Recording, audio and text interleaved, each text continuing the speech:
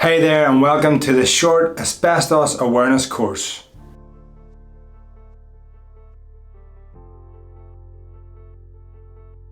This session is all about giving you the quick lowdown on asbestos. What it is, where it typically hides, why it's dangerous, and what to do if you come across it. We want to help you be informed on asbestos and avoid being harmed, whether you work in construction, maintenance, or if you just want to know a bit more about it. By the time that we're done, we'll hope you've achieved the following things. You'll know what asbestos is and why it was so popular in the past. You'll be better at spotting the places that asbestos is likely to be hiding. You'll understand the health risks and why asbestos exposure is such a big deal. You'll have an understanding of the legal responsibilities and safety standards that are in place for asbestos. And you'll have started to learn how to deal with situations where asbestos is present without putting yourself or others at risk. So grab a coffee or whatever your beverage choice is, get comfortable and let's get started. So then, what is the deal with asbestos? Well, it's a natural mineral made up of tiny, fibrous crystals. Back in the day, builders and manufacturers loved the stuff. Why? Because it's tough, heat resistant, and it's really good for insulating purposes. It was basically the miracle material of the 20th century. But here's the kicker. When those small fibres break apart and get into the air, they cause a serious health hazard. And once those fibres get into your lungs, they don't come out easily. And that's why asbestos remains a serious health hazard today. Types of asbestos. Asbestos, of course, can present itself in many forms by means of product, but there are also three main types of the material itself that you need to know about. We'll break them down briefly for you here. The first one is chrysotile or white asbestos. This is the most common type and was used in the past for the production of thousands of products across the globe. You can find white asbestos commonly in roofing, walls, floor tiles, and it was even used in brake pads for cars.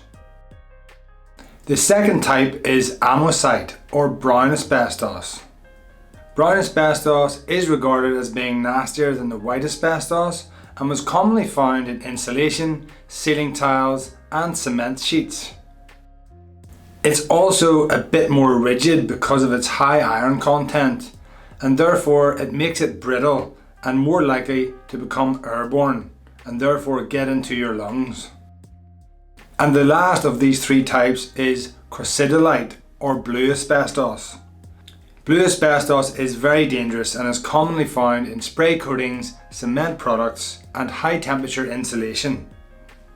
The physical nature of its extremely fine fibres mean that the product is very easy to inhale up into your lungs, and this makes it the most hazardous form. Even though asbestos is banned or restricted in many or most places nowadays, it can still be found in older buildings or materials.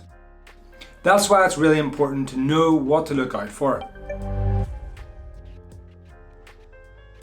Where is asbestos found? If your building was constructed before the year 2000, there's a good chance that there's some asbestos hanging around. And it's not just old industrial sites or factories that we're referring to, it can be found in many domestic settings also. Here are the type of places where you might find it. Insulation containing asbestos may be found wrapped around old boilers, pipes or ducts to prevent heat loss. Roofing and flooring. Asbestos was commonly used in both flooring and roofing applications in products like sheets, tiles and adhesives for both its durability and fire resistance. Cement products. As you can imagine, There are a whole list of possible cement products that could contain asbestos. Panels, water tanks, guttering. Those are just some products that may have asbestos containing cement used to either make them or secure them in older buildings. Textured coatings. Textured coatings containing asbestos for the use of decorative sprays and wall finishes were popular in the past, particularly in homes that were built before the 1980s.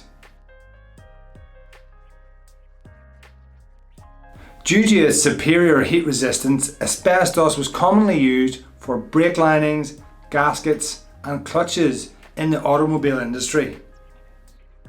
Fireproof fabrics. There are many applications where fireproof fabrics would have been used in either commercial or domestic settings.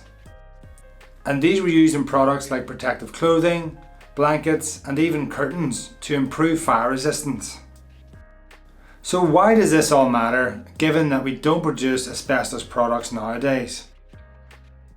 Well, it's simply because asbestos containing materials, or ACMs for short, can be disturbed during demolition, renovation, or even everyday maintenance tasks. And of course, as we mentioned earlier, once those fibres are disturbed and become airborne, they can present a serious health risk.